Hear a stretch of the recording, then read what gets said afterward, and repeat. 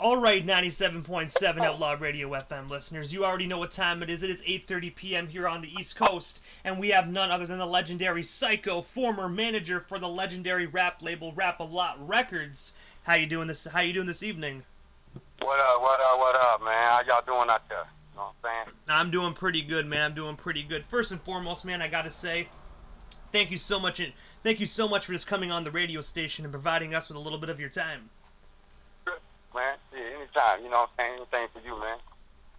But I gotta ask you there, Psycho, like, what made you decide to get into the music industry?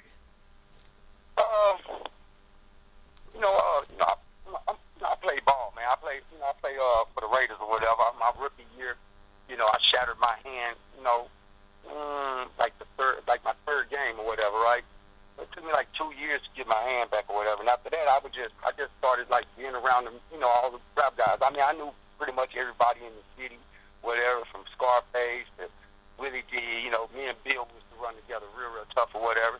And I just happened to just run into my man Kane from Benefit Society, Tyron Turner.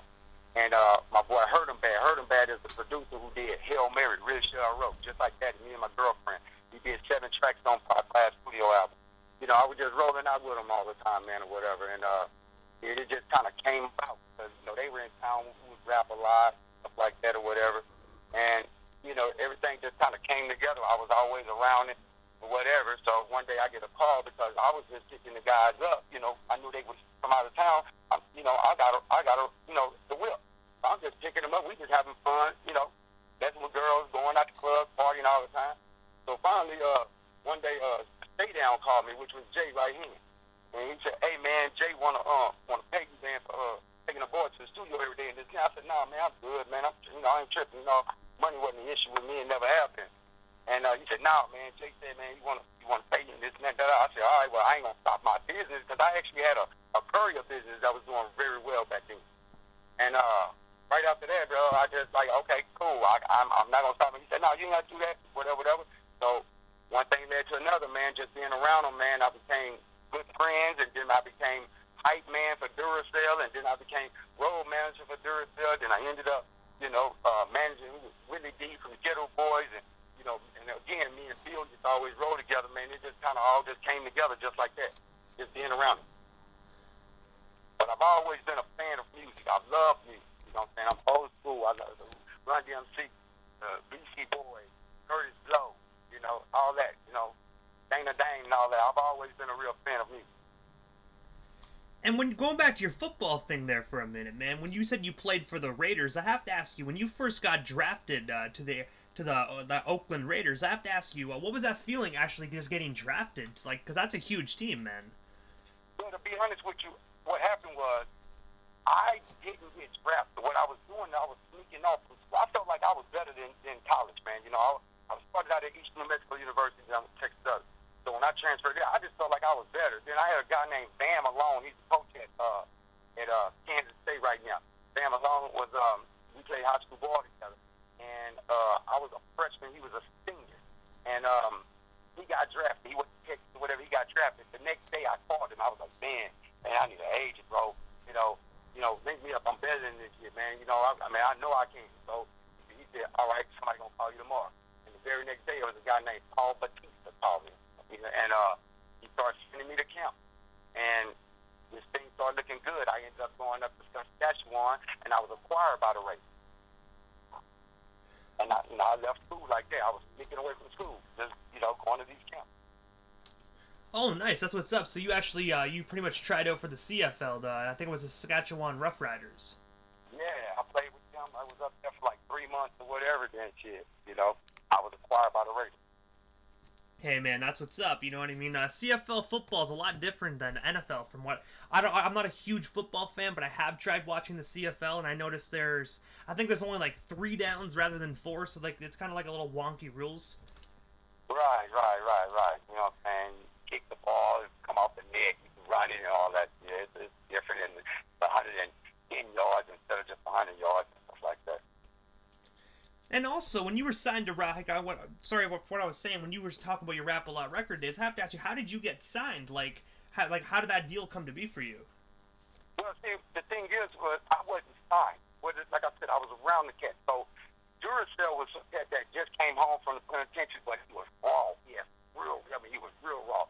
He was kind of like a cross between Ice Cube and Scarface, like whatever. So him and I got real close. You know what I'm saying? He had been gone for a bit, so he didn't even know how to dress no more, whatever. The cats used to be laughing at him, man. They'd be like, "Hey, yo, we going out tonight or whatever," and he'd be like, "Yeah, I'm gonna go too." And everybody look over there. He had his hands, his shirt tucked in his pants with his belt all tight. So, I started just like taking time with him, man. My thing is, if you're looking down on somebody, I hope you got their hand out to help him up. You know what I'm saying? So, I just started looking out for the cat or whatever, man. He just raw. But next thing you know, man, him and I got real close. And next thing you know, I'm his hype man. And it was kind of scary at first, but you just don't make your way around rap a lot like that. You know what I'm saying? You gotta, everything is a chain of command. You know what I'm saying? So I was kind of like, man, how Jay gonna feel about this? So Jericho had his first debut, this particular night, and I'm gonna say, I'm saying to myself, man, I know after this show they gonna get in my ass and this and that, but they didn't. We rocked the show, and there it is. So from that point, me just being the hype man, he came back about maybe some months later. He was like, "Yo, hype man, why don't you just be the road manager? You already do the shit anyway. You do the sound checks, you do this and that, checkers in the rooms, this and that. You might as well get that pay." So that's how things went hand in hand. I've never asked nobody to manage them or anything. Everybody I've managed, everybody I've ever had anything to do with, they came to me. You know what I'm saying? And, they kind of made me see that I was doing the shit. I didn't even know I was doing it. I was just being a real friend, a real partner. You know what I'm saying? Just making sure shit get done. And the one thing I do want to ask you, and I remember we were talking personally, like on the phone and whatnot. So I do want to say, if you want to skip this one, you can. You know what I mean? There's no worries on that. But you were telling me a story about how you were I think it was a road manager for Duracell at the time, and you kind of got into it with the promoter. I was wondering if you want to share that story with our live audience. If not, you can Man, pass yeah, that yeah, one. yeah. Oh, yeah, it's cool. We was on the Pepsi Cola tour. It was us, Dirty, C Murder, C Murder whole crew, whatever. You know what I'm saying? I remember we had left Houston that night. The very first show was in Arkansas, and we like Duracell. This is his first shit. You know what I'm saying? So he's on a promo, and after we went on that night, C Murder told the promoter, "Hey man, I like them, man. I want them to open up for me." So it was understood. You know what I'm saying? Because me and Duracell had a dope ass show. You know what I'm saying?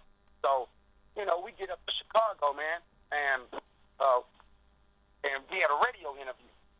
Man, I'm talking about the whole interview with the man sitting there just talking to Steve Murder the whole time. And then like the last 3 minutes when the interview's gonna be over, "Oh yeah, man, we got Duracell from Rap a Lot," and this, but that shit kind of rubbed me wrong. I'm like, hold on, bro. You just don't you just don't really. We check right here all this time in the last 2 minutes, and y'all gonna in the interview thing, then y'all just want to mention Duracell. But that was the first thing.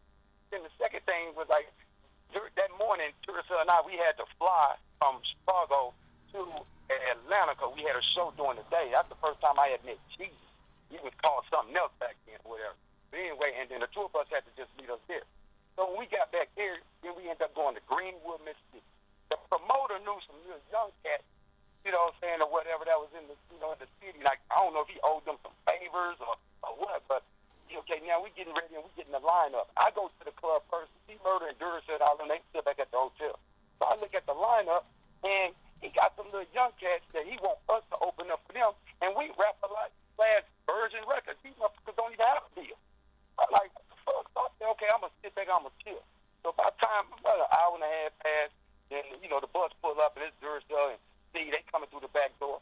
So this dude was like, "Hey man, what Duracell, man, y'all finna go on?" And I was like, "Man, we're not finna go on, bro." And he was like, "Nah, man, y'all go on." I said, "Man, you got me fucked up, nigga." You know what I'm saying? I just went off on his ass. I was like, "Bro, motherfuckers ain't even got a deal. You think we finna open up for them? We rap a lot. Fuck wrong with you?" You know what I'm saying? So that was the second one.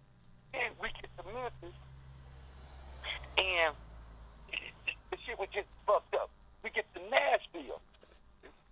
When we get to Nashville, bro, we at this hotel. We like on the 14th floor, and the promoter come in there and he showed me the flyers for that night. They gonna give out. It's like 10,000 flyers. I looked at the flyer. I said, yeah. I said, yeah, man. Yeah, flyers nice, glossy, real pretty. You know what I'm saying? Okay, yeah. And I looked at him. I said, but you better not give out one of them motherfuckers. But what's up, man? I said, man, I'm sick of you, bro. My motherfucking artist name is spelled wrong on this shit, bro.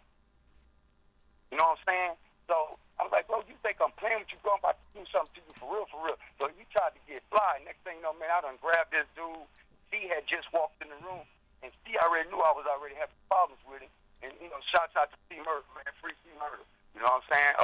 And his road manager named Bud, that was my man who really kind of taught me the ropes of, you know, being out on the road, how to handle promoters and shit like that. And, man, before I knew it, man, me and C Murder had that dude hanging over that veranda, bro, 14 floors up. Like, bitch, I'll kill you. Stop playing with me, for real.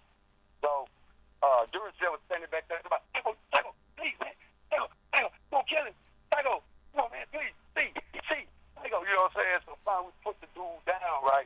And, man, I was like, man, fuck this tour. We still had, like, 4 more cities to go, you know, and it was going to end in Pensacola, Florida. I was like, fuck that shit. I'm off this tour, man. So, this was the halftone. So, when I said that, he had went to his room, he came back, and Bud had went and told me. I said, I'm done with this shit. So, he came back to my room. He's like, man, you gone? I said, man, yeah, man, fuck this shit, bro. We off this tour, bro. He gonna make somebody do something bad to him. And Steve said, well, shit, if y'all off the tour, I'm leaving the tour. So she went and got off his boys and whatever. And about 30 minutes later, he had called us because he had already just left. So he called me. He called us and was like, yo, y'all left yet? And we was like, yeah, we getting in our van and this shit right now, rap a lot of shit right now. You know what I'm saying? He said, well, yeah, tell that motherfucker. He said, I took the tour bus. Steve Murder had took the tour bus. He said, tell that motherfucker to be sitting on I-10 right outside of New Orleans. He took the man's tour bus and drove home and left it on the side of the highway. Hey, well, you know what? The guy shouldn't have been acting like an idiot, man. But I guarantee you, after that incident, you know, getting dangled off a balcony like Vanilla Ice, man, all I'm gonna say is this: that man definitely switched to country music. He's like, fuck that. Absolutely. So look, this is the funny part. So when we were leaving, getting in the car, getting in the van to get ready to come home, one of the cats that was on the road, he was part of the street team. He was like, man, Psycho, man, you act like you motherfucking do it, so like you the artist and shit. What? I was like, nah, I don't act like I'm the artist. I said, I'm the road manager. I said, but I can tell you one thing. I said, if I tell you to put a fucking post on that wall, you gonna put a post on that wall. And if I tell you to put a flyer on that table, you gonna put a flyer on that table. And I said, cause like, nigga, you on our budget. You know, Lil J asked me what happened or whatever and why I made that call for us to leave the tour. And I broke it down to him, everything he was doing. From when he told him he wanted us to open for him, the shit in Chicago, the shit in Greenwood, Mississippi, the shit in, you know, Memphis, the shit, you know, I just told him everything. And I was like, Jay, you know what I'm saying? You the one taught us this, man. They ain't representing rap a lot right, and this, that, and the artist right, name ain't spelled right, this, that. Fuck that. We don't have to put up with that. So Jay looked over, he said, he yelled at me, he said, hey, where Big Chief at? That's his other dude, you know, right-hand man. So they say, Chief back in the office, man. He said, tell Chief to come here. So they called Chief over into the game room. Now I'm thinking like, damn, what's where we go? He said, so when Chief came in there, Jay looked at me, he said, hey, Chief, call that motherfucker up and tell him we want our money back. And he looked at me, he said, Psycho, you did right. Supposed to do just what the fuck you did. And now I'm looking right at them snitch ass niggas that call themselves want to go tell Jay thinking they finna get me mobbed. You know what I'm saying? And they looking like real dick faces right now. So that's how it came about, man, and that's how I got my name, the street code, and that's what it is.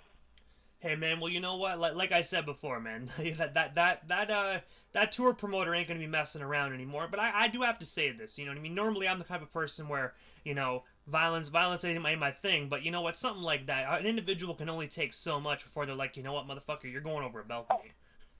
I mean, you got to think about it, man. When you out there on that road, man, bro, people think that they could just get on that road and just go from city to city, you know, and be on tour. If your ass not in shape, man, that should have mentally. You seen Beyonce, you seen Jennifer Lopez, you seen them. They broke down. You know what I'm saying? And be hospitalized and shit like that. Bro, it's tiring, bro. And when the artist is at the hotel, messing around, partying, whatever, the road manager is downstairs going over artillery for the next day, and this that you know what I'm saying? You getting sleep on the bus. You ain't getting a room pretty much. You got a room, but then it's tiring. So when you tired like that and somebody steady bullshitting with your you know what I'm saying, with your artist, and ain't representing your shit how you represent your shit, yeah, patience can get a little short. And before we move off the Rap A Lot Records days, man, the one thing I do want to ask is recently, not too long ago, we lost the late great Bushwick Bill. I have to ask you, did you ever have the opportunity to work with Bushwick Bill? And what was one of your most fondest memories with him? Yo, man, me and Bill, me and Bill hung out the most, man. I mean, like, I remember Bill, man. We used to just go and just hang out all night long, man. Bill was my boy, like real talk, my boy. He got a brother named Chris, and believe it, like 6'5". I remember I was at Bill's house one night, man, and I don't know what happened between him and his brother, but all I know is I'm sitting here, and his brother came in the doorway, and he was talking mad shit. And Bushwick came in there, man. He had a 12 gauge, man, and cocked it back, bro, and actually pulled it, bro, and it didn't fire. Like, him and his brother used to fight like crazy, bro. But at the end of the day, man, that was my boy, man. I really miss him, man. R.I.P. Bill. But that was my boy, man. Me and Bill been running together, I think, since, I want to say like 93, 94. Yeah, I gotta say, I'm a huge fan of the Ghetto Boys. Bushwick Bill was one of my favorite members, man, and I heard some crazy stories as well. Like, I heard he was a crazy guy, but a nice guy as well. I heard him and Willie D used to like fight and beat each other up in the limos and whatnot. Yeah, man. Will used to do the real foul. Oh, that's a little guy, man. We're gonna kick the man in the ass and all kind of shit like that. Man, I'm gonna tell you something. One thing about me is this here. Whenever there's any women around or whatever, the number one thing is you don't never try to shine on another man. And the number one thing is you never slap another man. I'd rather a motherfucker punch me. If you slap me, I'm a kid. You know what I'm saying? But man, it's just certain elements that you just don't cross with another man. You know what I'm saying? And it was some shit that probably shouldn't have never happened or whatever. But I guess he felt like that's what he was. But Bill was a handful, man. Real talk. He wasn't gonna shut up. He wasn't gonna just mash him down. That's why they called him the little big man. And also, as we already know, you managed Thorough and Mike Major. I have to ask you, how did you get connected with those guys, and what do those two artists and yourself have on the horizon? Oh man, let me tell you. So Thorough. I met Thorough at the studio one night. I was actually standing outside having a smoke. Thorough pulled up with him and his cousin in the car, and he was like, "Oh man, I'm not from out here. How I knew get on out here?" I was like, "What you talking about? Like, what you do?" You know what I'm saying? And I know he was looking at my necklaces and stuff like that. I was like, it was one. I have another artist named Young Houston, where just called Houston now. He's in Atlanta, and we was actually editing his new video that we just did. That's why we was up at the studio. So I asked her, I said, "Well, let me hear what you got." And man, like the first 2 or 3 tracks, bro, was just fire. I was like, "Oh shit!" Raised my eyebrows. So I asked him where he was from. He was from Morgan City, Louisiana, and I automatically called Sean Trey. And it's like, "Trey, you gotta hear it," because she's from Baton Rouge. So you gotta hear this. You gotta hear this cat. So that's how I met Thorough. We just linked up from that. You know what I'm saying? That's like our relationship is like brothers. You know what I'm saying? Now Mike Major, I happened to just be scrolling through Instagram, and I seen a young man. He had fire. So I was like, okay, I want to know who this cat is. So I just hit him up, and he thought like the management that he had then, he was really leaving this chick or whatever, because she didn't know what the fuck to do. And really, she was a promoter. You know what I'm saying? But anyway, he thought that she had me hit him up. So he was kind of hesitant or whatever. So he finally hit me back, and he came over to the crib. We said, we chopped it up. Whatever. Come over to the crib. We chopped it up, and he was just telling me about his situation and stuff like that or whatever. And I was like, what? Like, the chick was like, Mike was naive. He was giving the chick like $1,500 a month. So I asked him, I was like, "Oh, did I ask you a question? You don't have to answer this." He was like, "Yeah."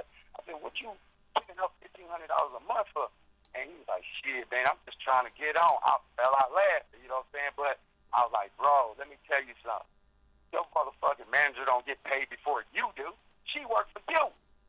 This ain't McDonald's where the manager tells you no.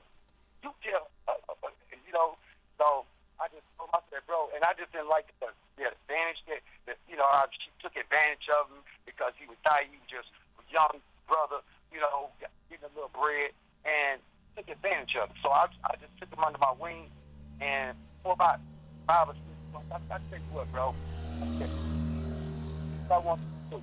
I said, "You giving up $1,500 a month?" He said, "Yeah." I said, "If you put $1,500 into your project a month, In 6 months, come back and holler at me, and I'm gonna show you. And I told him about that. And if you move forward and you see the progress in your career, I said then me and you'll do some paperwork. And there it is. That's how we on paper. So I got Mike Major, you know what I'm saying, coming out soon. Matter of fact, we got a pop album, bro, that's just fire, fire. You know what I'm saying? We'll be coming out probably like early September. Yeah, and Thorough will be coming out like maybe late September. But Thorough got a project that's just so blazing. I mean, it's ridiculous. So I'm looking forward to you know, both of my artists. You know what I'm saying? That's the good thing. And on top of that, I got T-Ray on the beat. That's my nephew, but he's also signed to me too. So you know, we got our own studio and shit, and you know, we get in there and we vibe on our own, man, and we do our own thing. Really and truly, this Corona shit really helped us out a lot. You know what I'm saying? Because it slowed everything down. It gave us time to. We done did 4 videos. A big load of music, bro, a catalog, and you know, we own it all. You know what I'm saying? It all belongs to us. And also, as we already know, you're a manager at Gag One Management. But I have to ask you, other than Mike Major and Thorough, like, are there any other individuals that you currently manage, or right now is it only Thorough and Mike Major? It's Thorough, Mike Major, and T-Ray. T-Ray is the producer, which is my nephew. So I took him under my wing, put him in the studio with Mike. Him and Mike actually own the studio together, and Thorough. So yeah, I got producer and two artists, Thorough, Mike Major. And the one thing I noticed on your Facebook, I saw a picture of yourself and Death Row Records owner Suge Knight. I have to ask you, how did you get connected with Suge, and like, you know, what was it like chilling with him? Because as we already know, he was a wild dude. Right. Well, you know, if you look at that picture, all my friends been telling me for years, man, you need to post that picture. That's not just Suge. If you look at that picture, that's Lil J on one side of me, and my arm is around him, and that's Suge leaning on my shoulder. So, like, that picture is like a dynasty. Like, who could get a picture with Suge Knight and Jay Prince? So, meeting Suge was cool. My little brother, he's a boxer. His name is Dominic Wynn. He come out of Hot Springs, Arkansas. And he had a big fight coming up, and he was doing his training out in L.A. So, he went out to L.A., he brought this guy named Malik out, and Malik was, you know, to spar. Malik is undefeated out of, where Malik from? From Philadelphia. So Malik always did security work for Suge. So when he came out, you know, we got in our apartment, we got down there and got settled in. Shit, we just ended up at the studio one night, you know, with Suge. And for about a week, we were just going out every night and getting to know him and whatever. And then me and Suge had a little fallout. But it was kind of crazy, but yeah. But that's how I met Suge, man. And also, you have a certified gold single plaque for Megan Thee Stallion's Big Old Freak single. I have to ask you, what was it like working with Megan Thee Stallion? And of course, how does it feel to have a gold single plaque? Well, I didn't really, man, okay, I'm going to like this. I haven't worked with Megan. What it is I know Paul, who owns 1501. He's a real good friend of mine, solid guy. You know what I'm saying? You know, he's an ex-baseball player. Play for the Dodgers. And I'm just real cool with him. You know what I'm saying? I hang out with him, and you know, I just went to a mixer at his house about 2 weeks ago or whatever. So it's not. I don't want to get that misconstrued. I didn't work on Megan Thee Stallion. I'm just real good friends with him. Okay, my apologies, but I do want to say thank you for clearing that up, just for like ourselves and the rest of the listeners as well, and also other individuals that do happen to see that picture. Right. But I have to ask you, Psycho, what is next for you? Other than Mike Major, you know what I mean, and Thorough, is there anything else you want to promote? Anything else you want to let our live listeners know? We still have you here live on the air? Well, I got a G1 mixtape. I think I sent that to you. You know what I'm saying? And that's on fire right now. I got some films coming up too, man. I'm working on this film called Crooked, the series. We already got 12 episodes done. And you're going to see some filming, man. You're going to see a little bit of everything with Psycho, man. I just feel like, you know, right now, things the wings are just now starting to open up and we're starting to glide, get some wind up under us. you're gonna see a lot of things from me, man. You know, y'all can find me at GHE1 Management on Instagram, and then I got another Instagram. It's called Uncle Site. That's UNK_SYKE. You can find me on Facebook as Gerald A. Graham. And y'all just be looking out for GHE1 Management, man. I'm telling you, I got some real fire. My artist is dope as hell. Thorough, he's from Morgan City, Louisiana. So, like, when you hear their music, you know, Louisianians, they you can tell they from Louisiana, but you can't tell these cats from Louisiana. And Mike is from New Orleans. So, y'all just be looking out real soon, man. And we got some real fire coming from our camp. Y'all, you know, just watch. You see. I gotta say, Psycho, thank you so much again for taking the time out of your evening and coming on 97.7 Outlaw Radio FM, man. You have yourself a wonderful night, stay blessed out there, and try and stay safe during this terrible pandemic. All right, I want to give a shout out to my brother Dominic, my nephew Brennan, you know what I'm saying, my boy Ron C, and Dino, you know what I'm saying, my wife Karen, you know, my whole family, man. So I love you, man. I appreciate it, man. Anything you need, man. When we come up to Canada, bro, we definitely got to come to you. Hey, man, most definitely. Same goes for you. You need anything, don't hesitate to call my phone or hit me up on Facebook, man. I got you. Real talking. Congratulations too on the radio station too, bro. Thank you so much, man. I appreciate that, man. I won the award, but I couldn't believe that I won it until I got it in the mail today, man. It's a fine piece of gold. I'll tell you that. I'm gonna tell you what, man. Remember me and you had that long time, and I said hard work pay off, man. And I see something in you, man. You keep doing what you're doing, and like Thorough said, you reach for the sky, the stars will come. I most definitely agree with that. Thank you so much, Psycho, for the kind words, and thank you so much again for coming on the station, man. Nothing but blessings, man. Remember, if you need anything, you know where to find me. Thank you so much. All right, no, man. Thank you, man. Appreciate it. Y'all take it easy out there, Canada. We'll be seeing y'all soon. Love y'all. Love. Peace out, brother. Thank you. All right, bye.